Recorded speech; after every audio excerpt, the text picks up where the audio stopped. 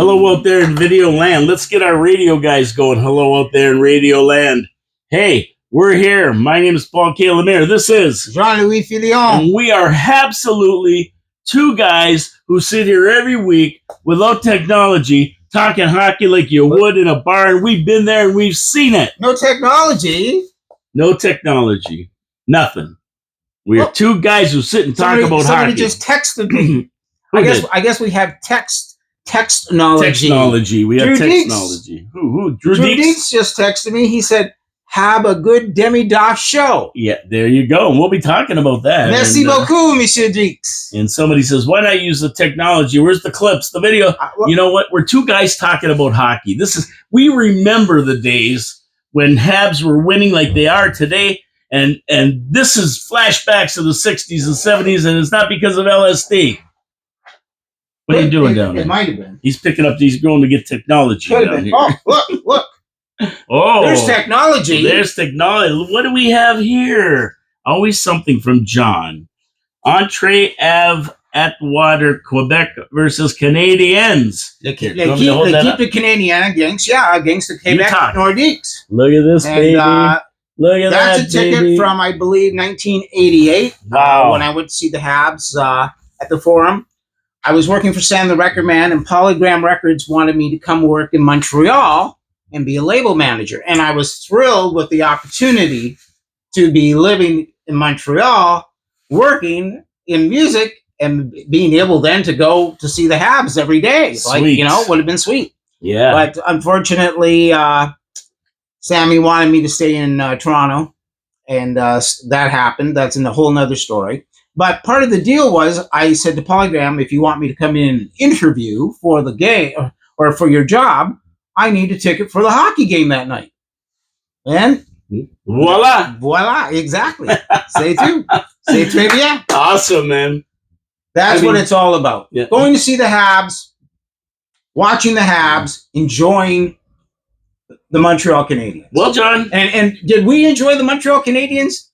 Le dernier semaine? Oh, what a week. Habs won all of the games they were supposed to win, and they basically sealed a playoff position. I'm saying that right now.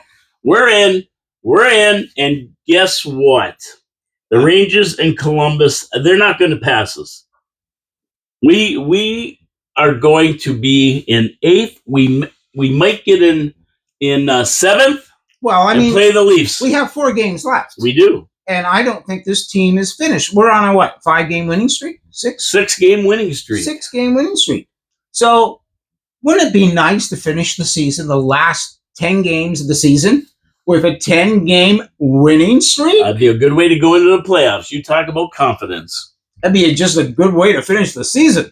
But I've watched these last 4 games, and I will comment on them. I would hope you have. I don't think I've ever seen a Habs team in so long that is so persistent, resilient, and has the work ethic of Stanley Cup champions in a long time in Montreal. Seriously. I mean, this team is aggressively patient. And what I really love about this team is that they are playing collectively. And you see that. Nobody's getting down on anybody, and everybody's thrilled with everyone else's success. And I'm going to say, I think that right now,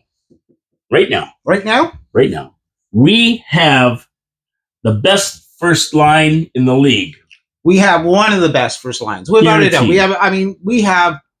They're amazing. I mean, they're playing, all engines are firing, everything is go. But I think what makes this team even better than having the best first line is the fact that we have maybe the best fourth and third line. Yeah, they're chipping in. And we've got 2 guys playing in net that are playing at the top of their game.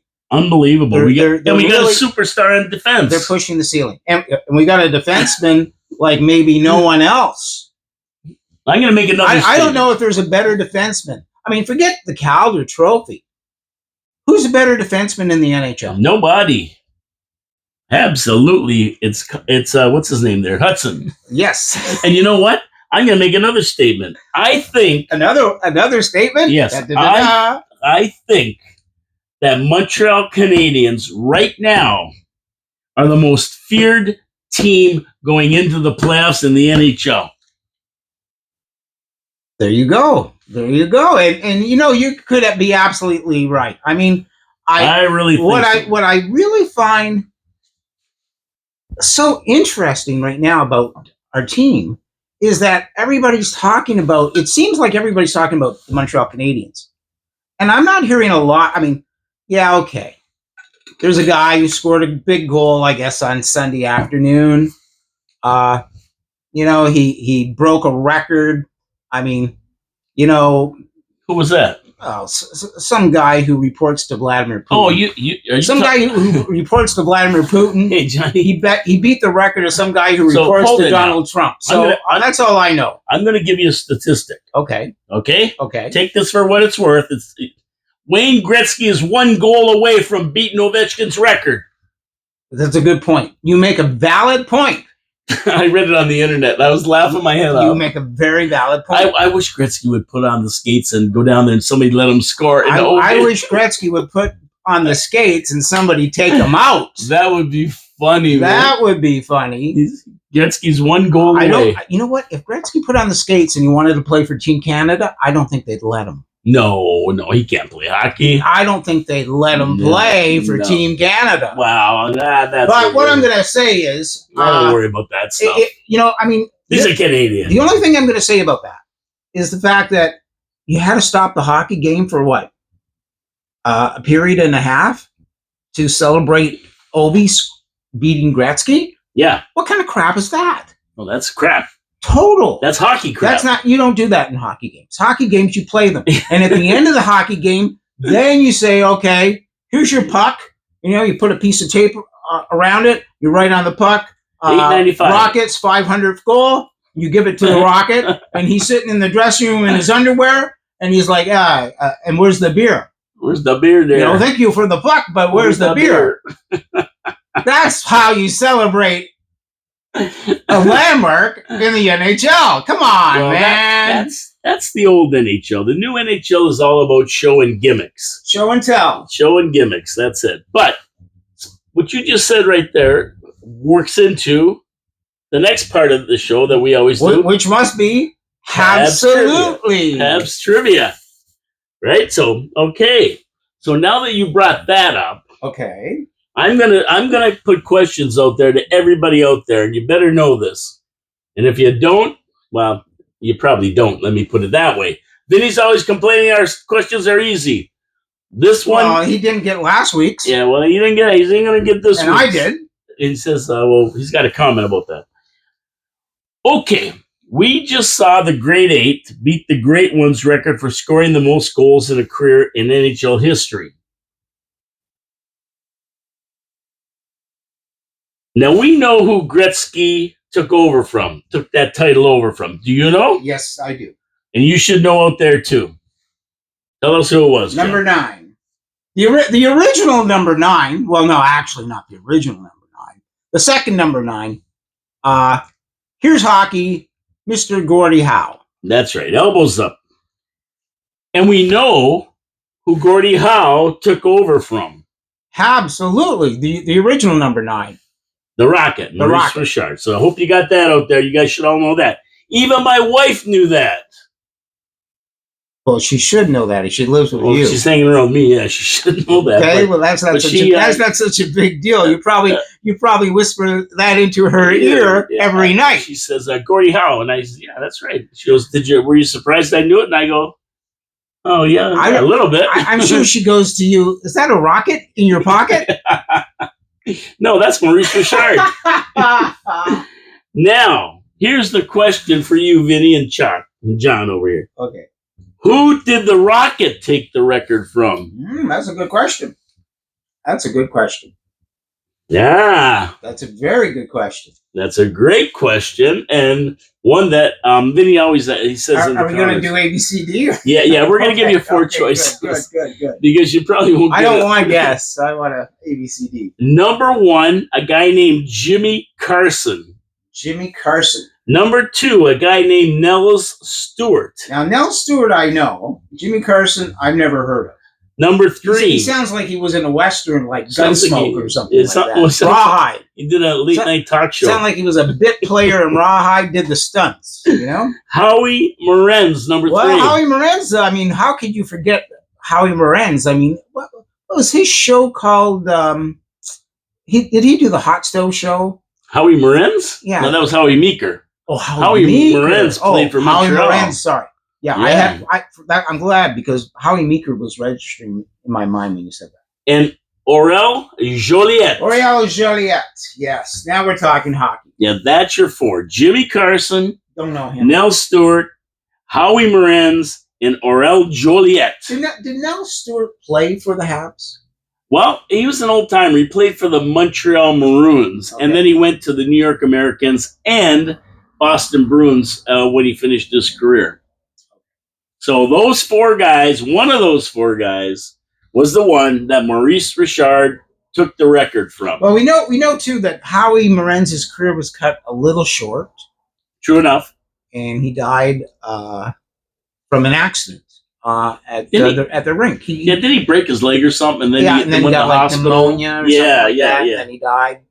And they, I think they did the casket was at the Forum. you Yeah, know, I think so so. that people could come and visit. I mean, I got to go with Howie Morenz. Howie Morenz? I have to. I mean, it could easily be Earl Joliet because he might have had a longer career than Howie. But you know what? In my heart of hearts, I mean, hearing Howie Morenz's name and then the Rockets' name, that's the way it should be. There you go. I like that. Let's put it that way. I like that. And what do you think, Vinny, out there and the rest of the guys watching? Come on, viewers, who do you think this is? Jimmy Carson, Nell Stewart, Howie Morenz, or Earl Joliet? Tick-tock, tick-tock. The correct answer is number 2, Nell Stewart. There you go. Nell Stewart was the guy. And Nell's had 324 goals in his NHL career, cycling through the Montreal Maroons, New York Americans, and Boston Bruins. Born in Montreal, December 29th, 1899. My birthday. Wow. But in 1899. So he's about 5 years older than me. His family moved to Toronto, and as a boy, he sharpened his ice hockey skills. He must have been just totally upset, right? Moving from Montreal to Toronto. And what a disappointment. Yeah, horrible. disappointment. What a sad story. But he played hockey in city leagues and on outdoor rinks. Does that sound familiar to anybody? Outdoor rinks? Outdoor rinks in Toronto? I don't know. And ponds. Sound familiar, everybody, because that's what we all did. We played outside. Stewart signed with the Montreal Maroons in 1925, led the Maroons to the Stanley Cup that year. Très bien.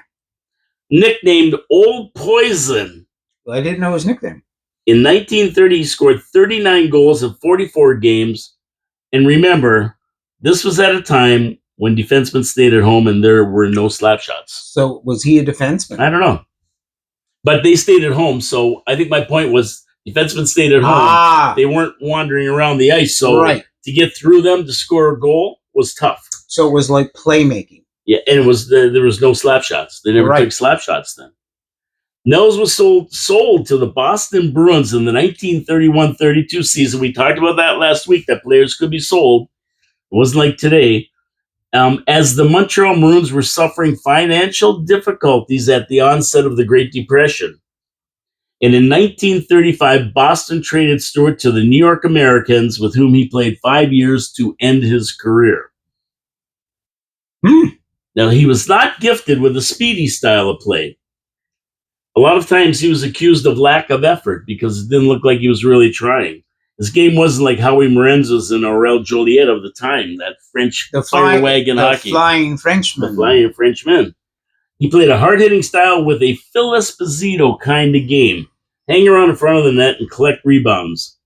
Bruins goaltender at the time, Tiny Thompson. That was the goaltender. Tiny Tim. Remember they called that Tim? Tiny Thompson. Tiny Tim. What was his last name, that goofball? Thomas. Hey, Tiny Tim Thomas. Claimed Stewart was the most dangerous goal scorer in the league around the net. Couldn't be stopped. His strength, good balance, and having a hard shot made him a prolific scorer, and he led the way for Howe and Esposito's style of play garbage collectors, they were called. Sit in front of the net. Nobody could move them, and they popped the puck in when they had a chance. You know who that was? No. Bill Udding. Remember Billy from high school? Yeah, that was it. He retired after the 1939-40 season, died on August 21st, 57, at only 57 years old of an apparent heart attack at his Wasaga Beach home. Wow. So there you go. That's the guy. Now, over to the Rocket for a second. So think about that. His record goals were how many? 324. 324. The Rocket finished with what? 544? 544. So here's the thing about the Rocket. Stewart held on to this record for 12 years until the Rocket came along on November 8th, 1952, 10 years to the day that the Rocket scored his first NHL goal. He broke Stewart's record of 324 goals. 10 years later. 10 years to the day he scored his first goal, the Rocket. On November the 8th. November the 8th. Johnny Bauer's birthday. Oh, there you go. There's a nice trivia question. Johnny You have Bauer's Trivial birthday. Pursuit. There's one. Write it down. He broke it with 325 goal in a thrilling game against the Chicago Blackhawks that Habs won 6-4. At 10:01 of the second period, the Rocket fired a backhander. Remember, in those days, backhanders were actually... Backhanders count. Yep, they count. And what's his name? Messier said, in our day, backhander was the good shot. Because Michigan as a goals goaltender, the whole thing with the backhand was you couldn't tell where the puck was going. You had a much better idea with a forward type shot, but a backhand shot, it was like, where's this puck going to go? Yeah, and you could actually, with the flat sticks, they weren't curved then, you could actually take a good backhander. Yeah, you had more blade. Now, the goaltender at the time, Al Rollins, the puck got by him, the crowd went wild, the Rocket said it was the greatest thrill of his life, but he was glad it was over. Chicago? Chicago. That's who he scored it against. Al Rollins, see? And he said he was glad it was over because, breaking that record, because it was on his back. Too much pressure. Yeah, of course, monkey on your back. Where did we see that? When he was behind the bench for the Quebec Nordiques for the first Well, that's what he said right away, yeah. Too much pressure. No. Yeah, he did that. He lasted 2 games as coach of the Quebec Nordiques. That's because he had Wayne Gretzky and Janet Gretzky and 50 people going from game to game to see when he was going to break the record. Yeah, that's funny though. That's what he said, right? Do you think Clarence Campbell was there? Do you think Clarence Campbell, who was the commissioner of the NHL, was there handing him like a cigar at the after? Stop the game! Stop the game! Rocket, your favorite painter. We're going to give a painting of your favorite painter. And he goes, "Oh, the painter, the guy who he paints my room and my house." Yeah, I don't think that they were celebrating that. I don't think so. They're trying to win the game, Chicago. So that's that. That's the story of Nell Stewart, how Rocket broke his record, and hopefully maybe you guys got it. I don't know. And who will break OV's record? Well, right now, there's a couple guys that are in line to do it. One of them is Austin Matthews. He's got enough goals in right now if he lasts. And Cole Caulfield's another one. Austin Matthews? Come on, man. Yeah, he's still playing? He's one of the guys. He's one of the guys that has enough goals right now. I'm going to say... If he lasts as long... I'm thinking it's going to be a guy named Demidov. Well, yeah, he's going to be here. I think Demidov is going to break OV's record. You better watch out. Demidov is coming to town. Merry Christmas, all you Habs fans. I can't wait. Video comments. Oh, okay. Great. Fantastic. Vince Hudon, of course, record for points per game. You got me. And that was the last question about who had the Canadians' most points per game, who was listed in the books. And I can't even remember who it was. That was a week ago. And we talked about so much, I can't remember. He says, you got me. Nice job thumping me. Stumping me, Paul. Now, the question is this.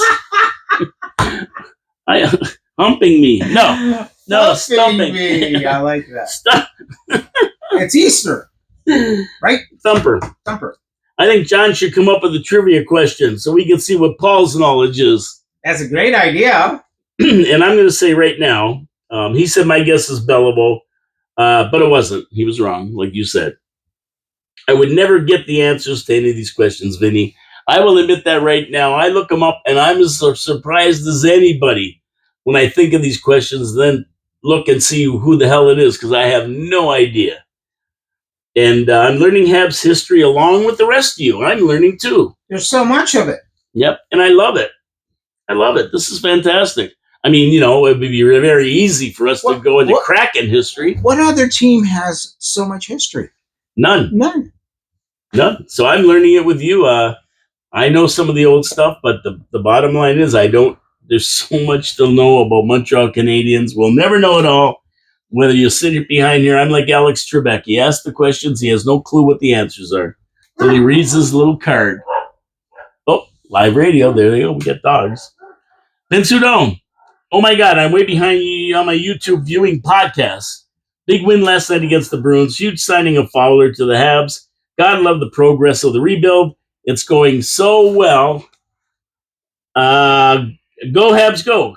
And, yeah, Benny, that was surprising to me. A lot of the rumors online were that he was going back to NCAA, and then all of a sudden Hughes pulls the string and he signed for 3 years with the HABSOLUTELYs. The Fowler. So, I mean, what's interesting is that he signed a contract with the Habs starting next season. Yes. But he is playing a 1-year deal right now. In fact, I think today he is at Laval. Montreal, and I believe he is practicing with the Rockets today. Yeah, there you go. Awesome. So why obviously, Jacob Fowler wants to come and play hockey in the NHL sooner than later. Yep. Number one. Oh yeah. Number two, with anybody that you drafted in college, you have 3 years from the time you draft them to sign them to a contract, or they become free reign. Basically, anybody can then pick them up. Anybody can sign them. So Montreal had to get it done sooner than later. And number three is now he's going to be in Laval. I think this is a little bit of insurance for the Habs as they now are playoff bound. So if something were to misfortunately happen to either Monty or Dobis, Fowler can step up and play in Laval, and Caden Primo could come up and be with the big team. Yeah. Because we all have to remember as well, Laval Rockets, I think, are in first place in the American Hockey League. They are. And have an excellent opportunity, obviously, to win the championship. Win the Memorial Cup. Not the Memorial Cup. No? No. That's OHL. Yeah, that's the OHL. All the juniors. Right. But the OHL is professional, but they have an excellent opportunity to... What is it? The Calder Cup? I don't know. It's not the Calder Cup. I don't believe. No? What is it? We'll look it up. Yeah, we got to look that up because what the hell is it called? Well, I should know this. What's his name? Carey Price won it. They wanted that team in Hamilton. There you go. I thought it was the Calder Cup. Well, maybe not. Anyway, then he says the weekend games are half done and we are doing great. Big win against Philly with an oh my God, what a big end-to-end rush by Hudson. And then he roofs the Rocket. Love this kid. Now they're off to Nashville to hopefully get another point or two. We are close to making the playoffs. What a time to be the Habs fan. Are we being entertained? Absolutely. Absolutely. And he said that. And yes, Vinny, it's a great time to be a Habs fan, and you ain't seen nothing yet, baby. The Calder Cup is correct. Yeah, Calder Cup, yeah. You ain't seen nothing, baby. It's the Calder Cup for the AHL, which is Laval. Yes, Laval Rocket. Laval Rocket. Maybe we going to win. So I think it's great that we have such amazing news this week. I mean, we win 4 games.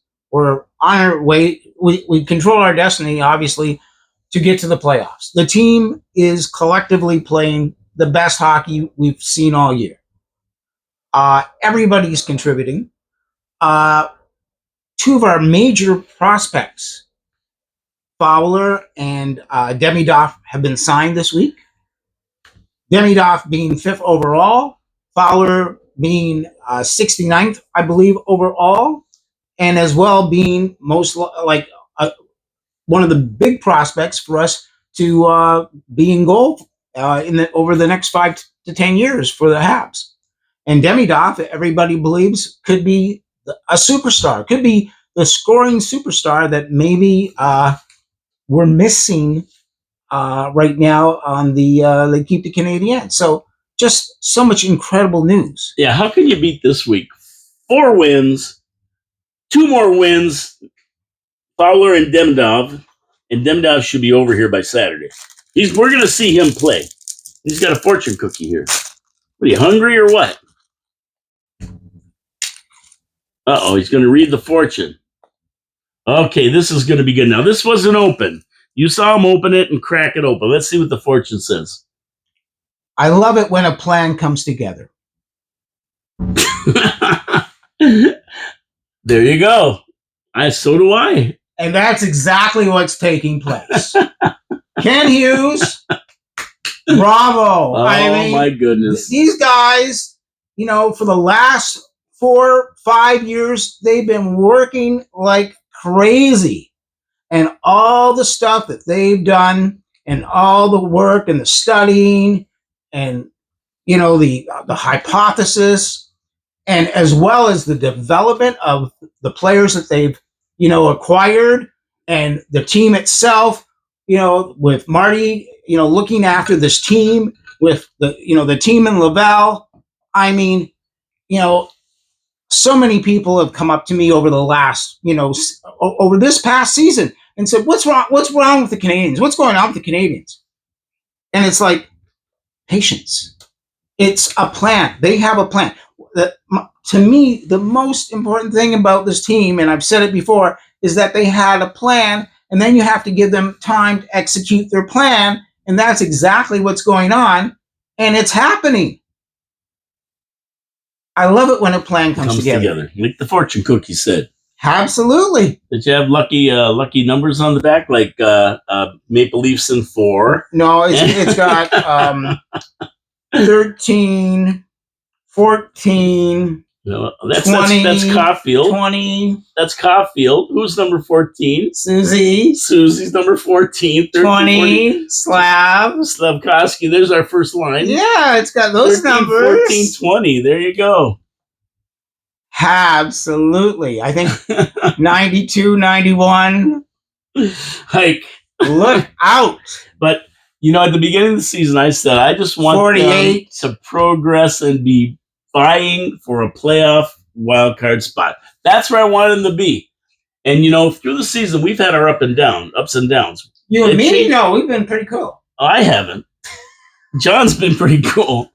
Me, after Lonnie got hurt, the beginning of the season wasn't so great. But then patience. A couple things happened. Lonnie came back, and we got Carrier on defense. That made a big difference. Then we went on that big win streak of 9 or 10 games or whatever it was. And I'm going, most times I say they're peaking too early. They're peaking way. But now with Montreal, I said, the guys are learning to play the game. And I'll really give you a good example of that. Last year, Cole Caulfield had, 25, 26 goals or something? He didn't have a big season. He didn't. And we said right on this show that Marty St. Louis was sacrificing his offense to teach him the game, the 200-foot game. So his offense suffered. And now we're seeing it come back. Now he plays the 200-foot game, and he's got 37 goals. He's going for 40, and he might get it. And we can just look at him and say, listen, this is just the start. This kid's going to get 50. First of all, I mean, you make an excellent point about CC playing at the 200-foot game. And I think maybe the best goal CC scored, maybe, I mean, not from a picture type of a goal, or a goal that is like just pure skill, but last night's goal. Yeah. Because last night, the way the MSL style of Habs play is people jumping into the game. So if you're a defenseman and there's an opportunity to move the puck, you jump into the fray. And last night, we were playing Detroit. They were very aggressive. They had a lot of shots on net. I think it was like 30-5 at one point. And Detroit had grabbed the puck in their D zone and were moving it out. And CC raced back, and he came all the way back and checked the player, took the puck in Montreal's D zone, went around the net and threw it out. And then he raced back up the ice. And eventually, I think it went from Slab to Susie, and there CC was in front of the net, and he banged the puck in between the pads of the Detroit goaltender, and he scored the first goal to tie the game, I believe. And that's because CC played a 200-foot game. He actually started the play by going back and checking. I mean, to me, that was just such a brilliant goal. Yeah, it shows you where they are right now. I mean, this whole team's buying into this. And I talked about this with John just before the show here. I said, the thing I've been noticing is that, they had a bad first period. They were outshot 24-8 or something, right? But I'm going, the one thing the Habs are doing that they didn't do before, they do not let the game get away from them. If they haven't fired up yet, or they're having a hard time against the trap or something like that, and the other team scores first, we don't let the game get away from us. Monty stands up, the team stands up, and they go into the locker room down 1-0, being outshot 24-8. That says a lot for the team right there. Absolutely. Like, nobody's losing their cool here. Nobody. They all know that they're in the game. It's just a matter of taking that Detroit activity, that offense, stabilizing it, and then going forward. Yeah, and it's, you just look at it and you go, geez, I hope they don't get another goal. I hope we can go in the dressing room 1-0. And we do. And when we do that, I'm saying, they're coming back. I think that's the key with the Habs. They're not hoping. They're working. They're working. And they are weathering that storm. And that's what this team has collectively realized and are pulling together to do is, you're going to get a team like Detroit came out and they were very aggressive, totally aggressive. The Habs, it was their fourth game in 6 nights, I believe. So yeah, they're playing 5 and 8 or something. They might have been a little, tired. And so Detroit is like, hey, guys, we got to make a run. If we have any chance, we have to win tonight or we're finished. Right. So go out there and there's where a guy like Patrick Kane, who's seen better days as far as Patrick Kane goes, but still has all that knowledge, all that experience. He's very calm. And he drove that team forward last night. And respectfully so, because they're like, hey, we got to live up to Patrick Kane's, what he does. We're developing a player like Patrick Kane right now, currently in the Montreal Canadiens. He's playing defense for us, Lane Hudson. He's on the ice every day, no matter what. He blows my mind. And can you imagine what it will be like? It's hard to imagine, but could you imagine if 8 years from now, you had been drafted and you were going to Montreal training camp, and there was a guy named Lane Hudson that you had to be with on the ice in training camp? You'd be like, ba. Yes, Mr. Hudson. No, Mr. Hudson. What do you? Oh, I was 5 minutes late, Mister. I will never do that again, Mr. Hudson. That's the standard you set with that type of quality, and that's It's amazing. That's part of just such a glimmer, just a small speck of what this Montreal Canadiens rebuild is all about. Yeah, and it's funny. I was talking about like peaking too soon, and after we won those games, then we lost a bunch in a row. I was saying to John, I'm not upset. I'm not mad that they're losing. As a matter of fact, like this team, that's the growth. That's the growth of the team. But we saw that flash of brilliance in those 9 games. It's there. You know what they say about peaking too soon? Sometimes you have to slow down. That's right. And they did for 9 games. Slow down. You move too fast. You got to make the morning last us. But that's what we saw, and that's why I wasn't upset. And then they came back, and now we got 6 in a row. We're in the wild card spot. 96.3% chance of making the playoffs. We're going to make it. Don't worry about it. We're in the click. We're in the click. And guess what? We're the most feared team in the NHL right now. Everybody's looking at us going, boy, these guys could be the upsetters. They could upset us. Washington, I don't care who it is. All of them are looking at Montreal going, I don't know if we want to play these guys right now. This is not good. This is not good. I love it. And not only I can't wait for the playoffs. It's so enjoyable. I mean, I can't wait for the next game because, we know we have every opportunity that we're going to win that next game. And it's like, well, how are we going to win it? Are we going to come out and, rip pucks past the goaltender right away? Are we going to have to fight back from adversity like last night? And then CC score an amazing goal, Galley had a great goal last night as well. Anderson, just to watch that line. It's amazing. Dvorak, Galley, and Anderson buzzing around. Dvorak is starting to just hit crossbars like nobody's business. And that line there, to me, that's the kind of line you need in the playoffs. We're looking at guys, Anderson, Dvorak, Armia, those guys on the third and fourth line.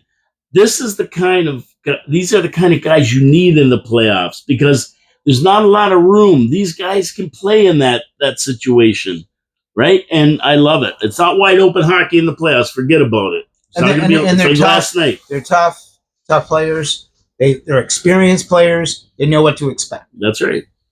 So we love it. We got to love it.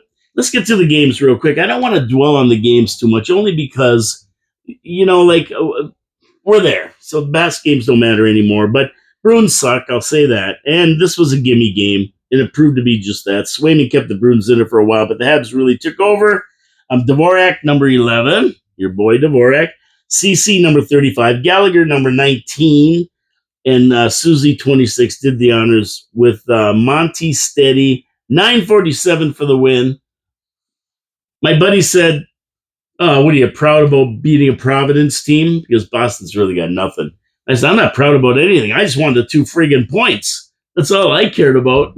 How could you not be proud of being a Montreal Canadiens fan? Well, you're proud all the time. Exactly. But I wasn't proud about winning that game. I figured we should win, and I would have been very disappointed if we didn't. We talked about that game, that was a game that we should win. A must-win game. Not so much must, but we should win. And we did. And we did. And we did. Easy, 4-1.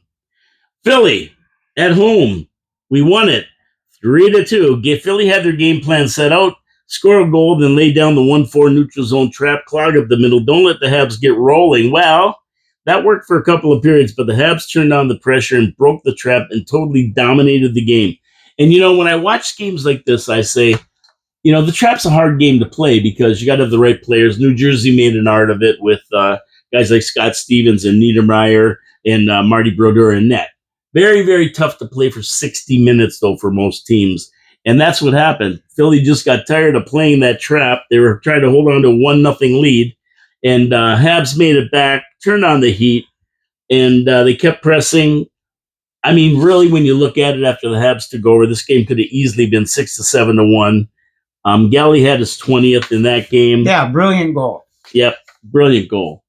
Hudson, number 6. And that was a brilliant goal. That was that one there, going to the side of it and putting it. Oh, man, this is highlight reel stuff. Susie, number 27, is shorthanded. And he had an amazing goal as well. And a late penalty by Matheson, making this game look a lot closer than it really was. Habs could have won 6 or 7-1. Good on the goalie for Philly for hanging tough, and in that last penalty game, the second goal. But other than that, the Habs were in control. Win another big game.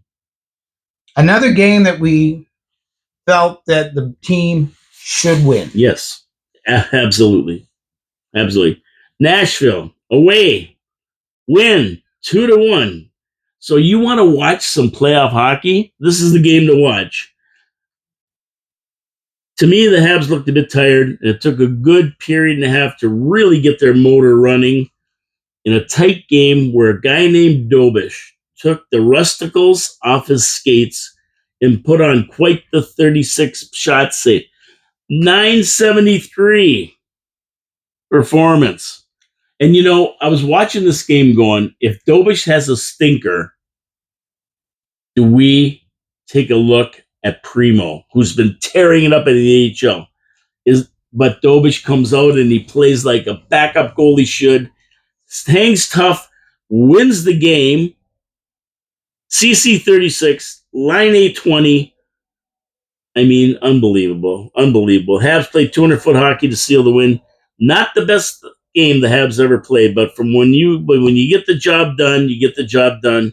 Good teams find ways to win. When you have a job to do, you have to do it well. What the hell is that, Paul McCartney? You have to give the other fellow hell.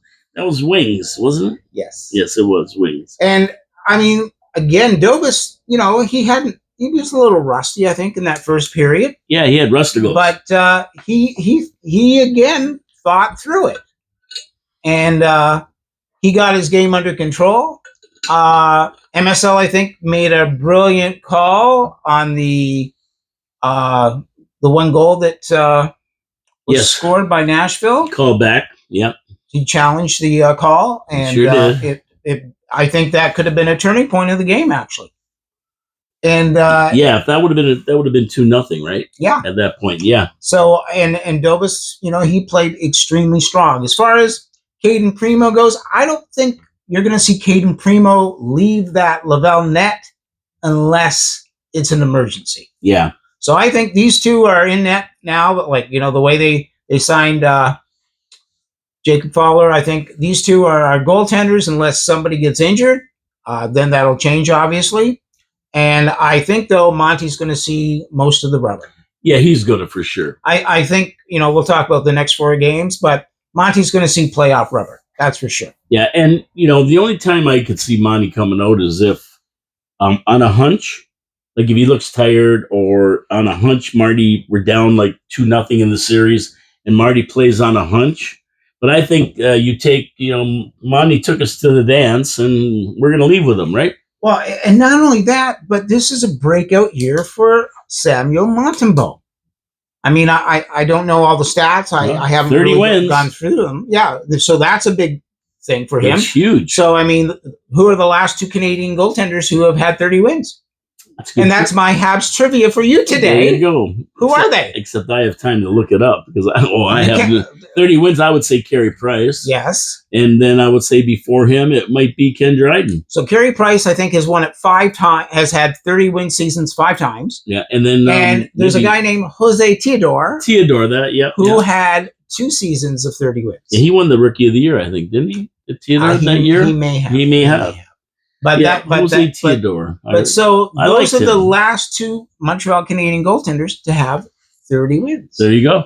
So good on Montembeault, number 1. Number 2, we know that Montembeault never played any hockey in the NHL 4-on-4 tournament or whatever it was called, the Fantastic Four. But we do know he spent 2 weeks with Canadian elite hockey players. He did. And that was a lesson in itself. It's like going to a revival. He got converted to a great goalie. And now he has a standard to live by, and now for him to now have playoff experience, because the last time he went to the playoffs, the goaltender was... Well, it was Carey Price. And before him, it was Jake Allen was with him. But it was Carey Price playing those games. Yep.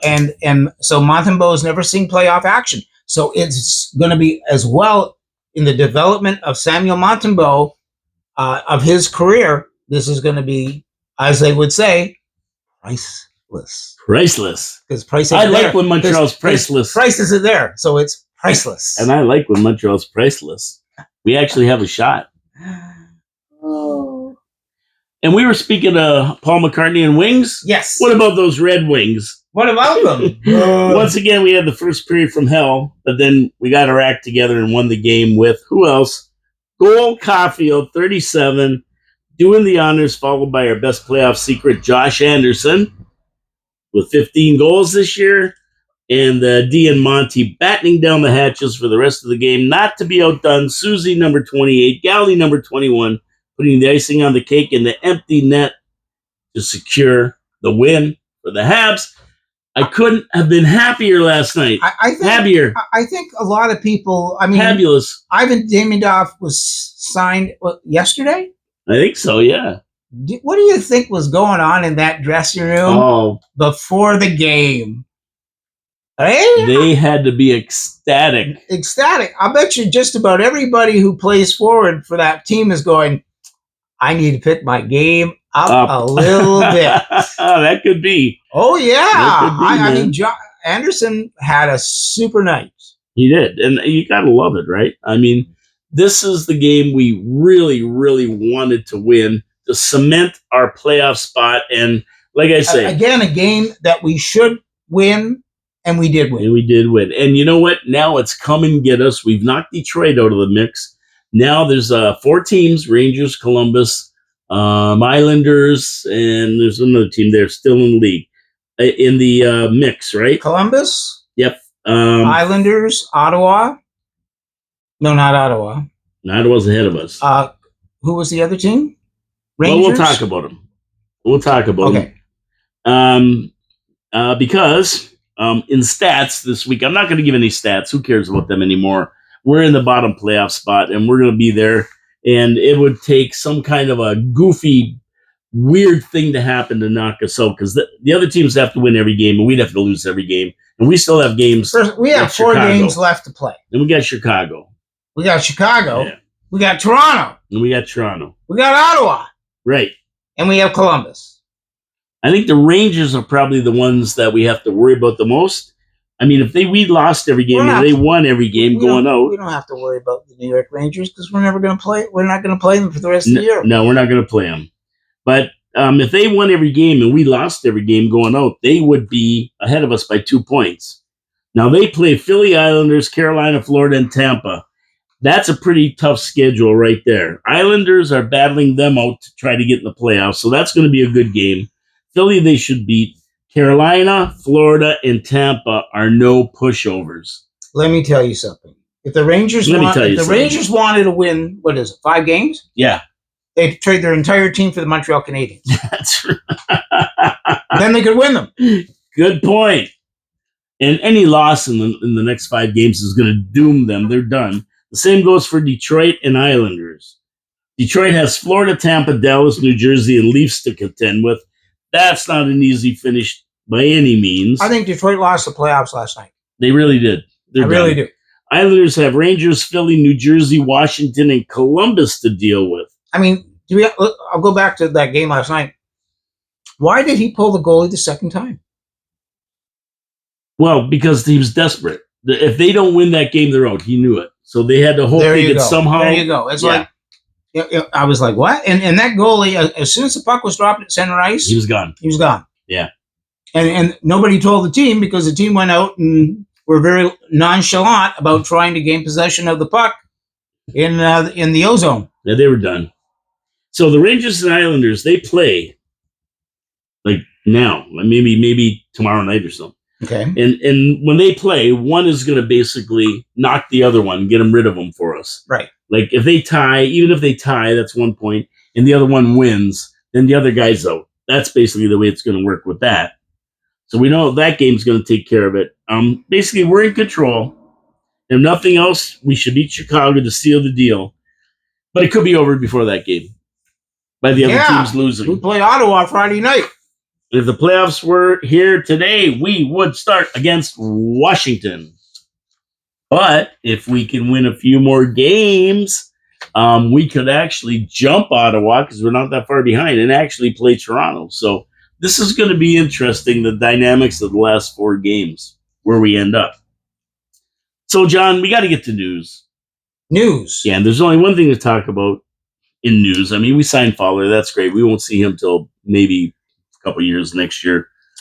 We'll see Fowler, I believe. Couple years? 1 year? Well, it'll be an interesting training camp. Yeah, it will be. Let's put it that way. Now, Demidov, he could suit up for the Habs this weekend. No. You don't think so? I think you'll see him on Chicago. I think you'll see him in Chicago or in Montreal against Chicago.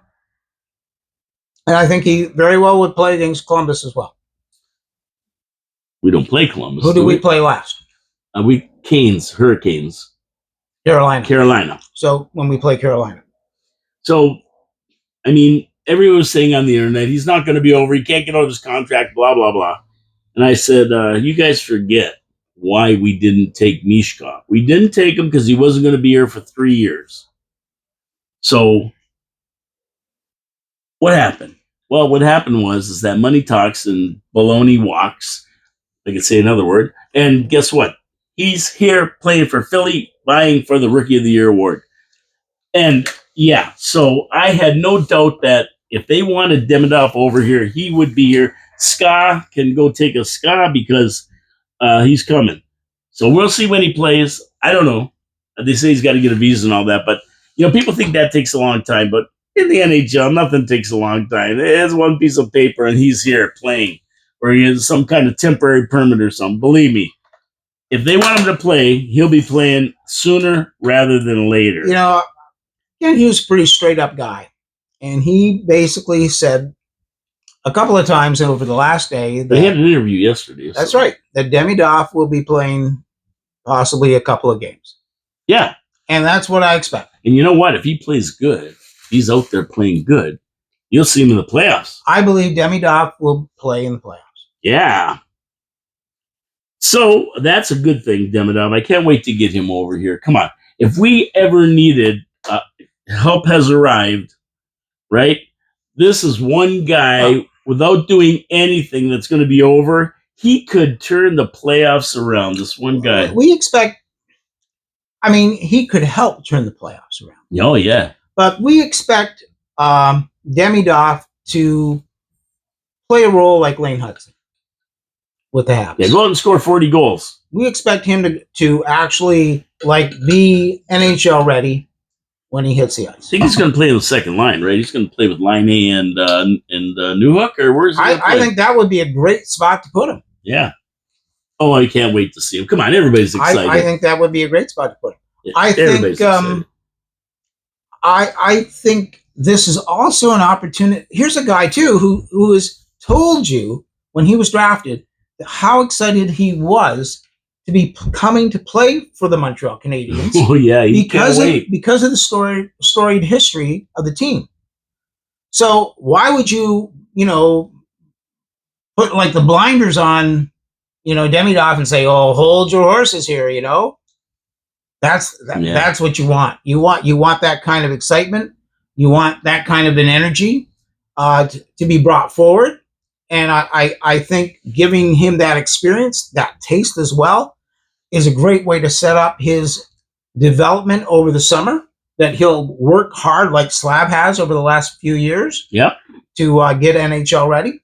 And I think this is a great moment in Habs history of developing a future superstar. Yeah, and developing the Stanley Cup. And drive for 25. Definitely winning the Stanley Cup for sure. So back over to Hudson, he hunts for Murphy's assist record. He jumped, what's his name there? Chelios. So he needs 3 more to break Murphy's assist record in the NHL for defensemen. So there you go. And I think that'll happen organically. Yeah. I think, Montreal's got to score some goals in the next 4 games.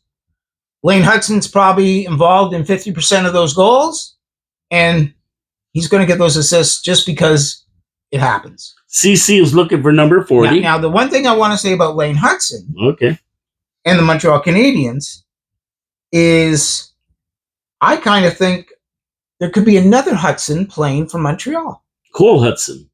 No. Cole Reinbacher. Quinn Hudson. Oh, Quinn Hudson. Oh, yeah, Quinn Hudson. Another brother. So he's another brother. He's an older brother who is a forward, and he's been playing in the college circuit, the NCAA. Yeah.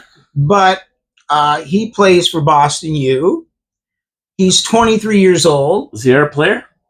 He's not been drafted. Oh. He is an unrestricted free agent we get that brother. College hockey. We can get that brother. Anyone can sign him. Oh, you never know. He might be coming. In 115 games with Boston U, he has scored 56 goals and tallied 114 points. Impressive. If I do Fred Tonin math, I think that's like a point a game. I would say that's a point a game. So he's done everything he can in the college level. Where can he go? Montreal. If I'm Ken Hughes, and if I'm being like Ken Hughes is being, there's a few people that possibly you could acquire right now without having to spend a draft choice and sign to a contract. At one point, over the next 4 or 5 years, 3, 2, 3, 4, 5 years, you're going to have this wealth of talent, whether it be in draft picks or signed development talent in different leagues.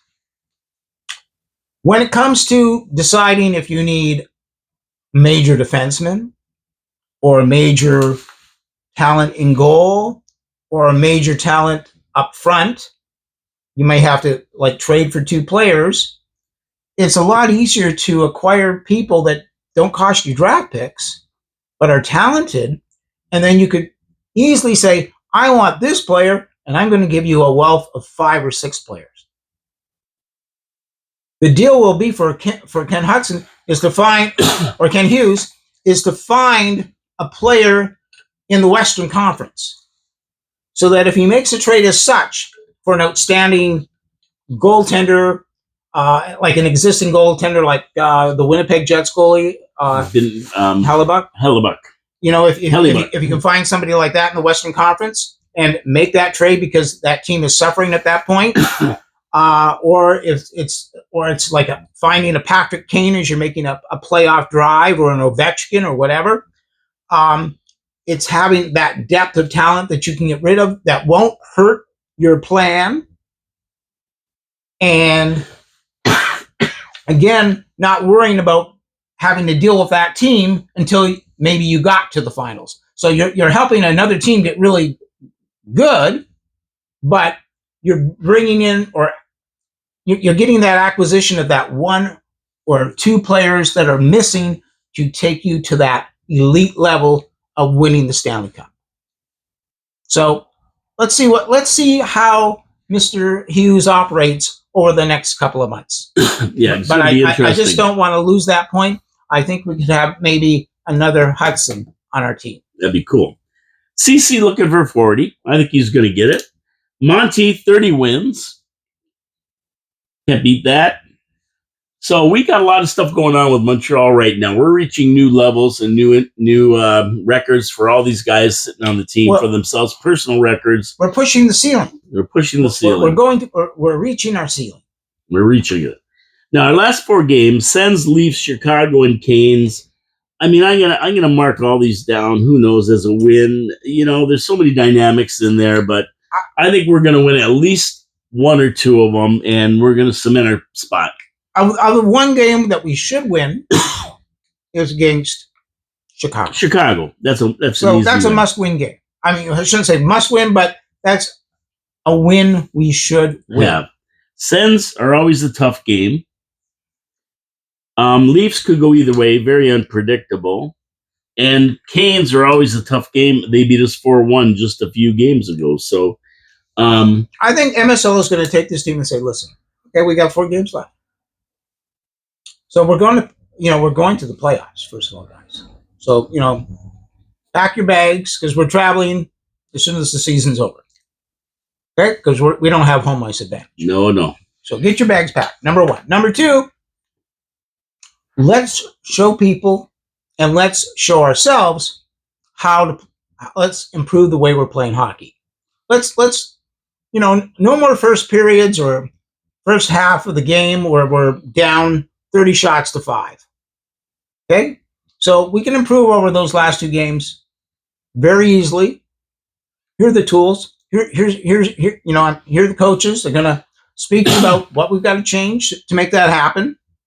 And now let's prove to ourselves that we deserve to go into the Stanley Cup playoffs. There you go. And I think if he sets it up, we'll beat Ottawa, we'll beat Toronto, we'll beat Carolina. And don't miss a game because Demidov's going to step on the ice in one of these games. He's going to step on the ice in Montreal when we play Chicago. That's going to be awesome. I can't wait. I wish you would put him in against the Leafs and score a hat trick. That's what I'd like to see. You know, and where are we? Are we playing the Leafs? Oh, yeah, we're playing it Saturday night in Toronto. Wouldn't that be something? So we play Friday night in Ottawa. Yeah. Dobis. Saturday night in Toronto. Monty. Then we play Chicago.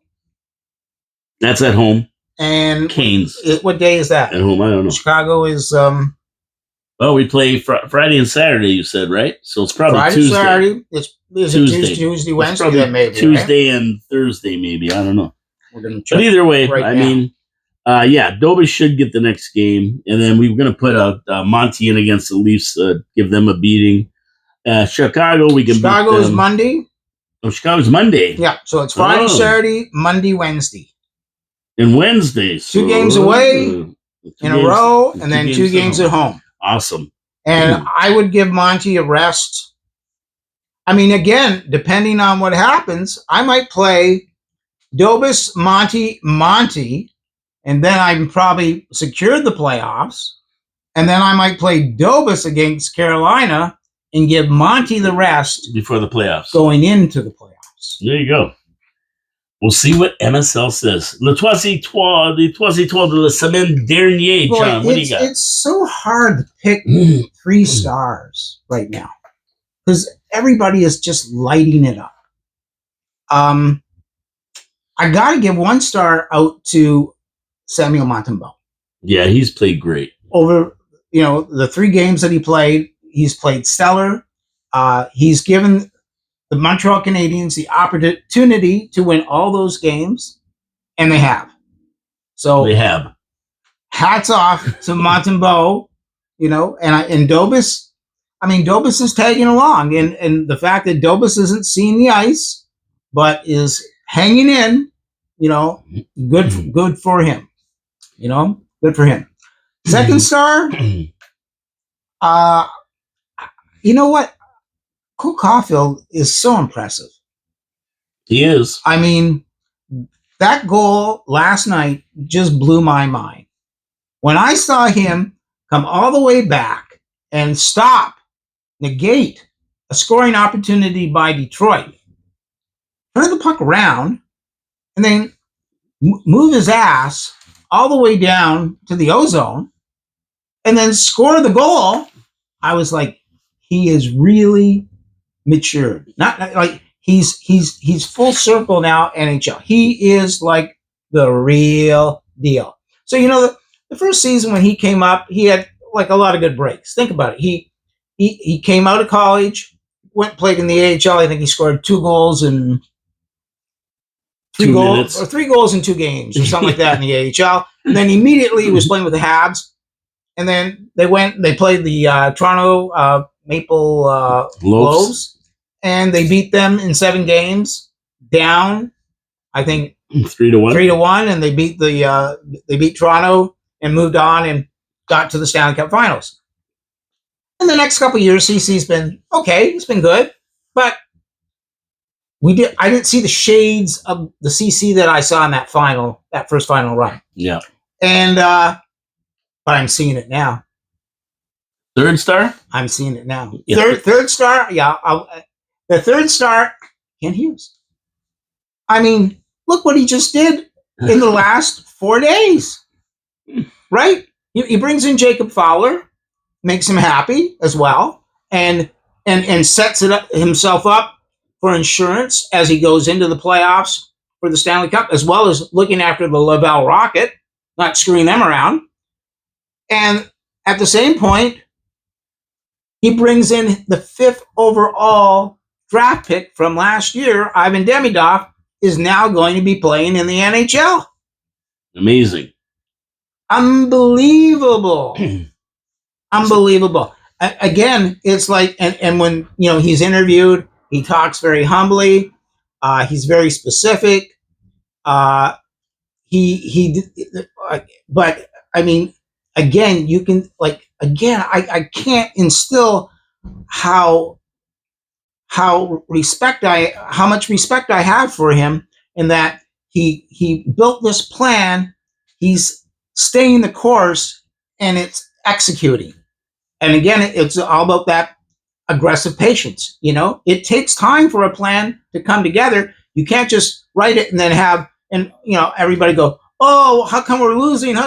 It's like, you have to stay with the plan. It's like turning that ship around, that big Titanic. You can't turn it around in 5 seconds.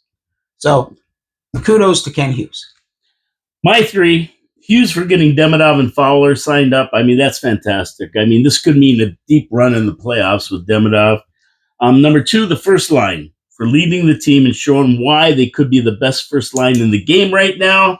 And number 3, the team. The whole team, persistent, resilient, never give up attitude. They're going to be a handful for whoever they play in the first round. And I'm telling you, they are the most feared team in the playoffs right now. Not only that, I think they're one of the best Montreal Canadiens hockey team ever. That's a big statement, but I think they are one of the. Well, there's quite a few. Yep, there are quite a few. I didn't say how many there were, but they're one of them. Let's put it that way. And on that note, we got to get out of here. My name is Paul K. Lemire. Bonjour, mon ami, Jean-Louis Filion. EC. Have a great week. Have a great week. Like us on the channel. Subscribe to the channel. It costs nothing. Leave comments. And for all you guys who do watch, share the video. Come on, share it with other Habs fans. They want to hear what we have to say. 2 old guys talking here. Come on, let's go. We got to get our subscribership up here. And if you have a contact for MSL, send it to him too. Let him take a look at us. Absolutely. What the heck's going on?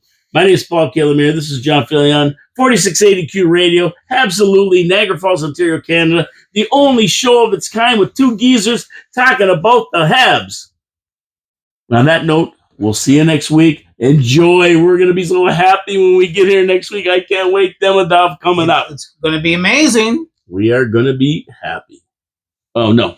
We're going to be happy. Ciao, ciao. See you later.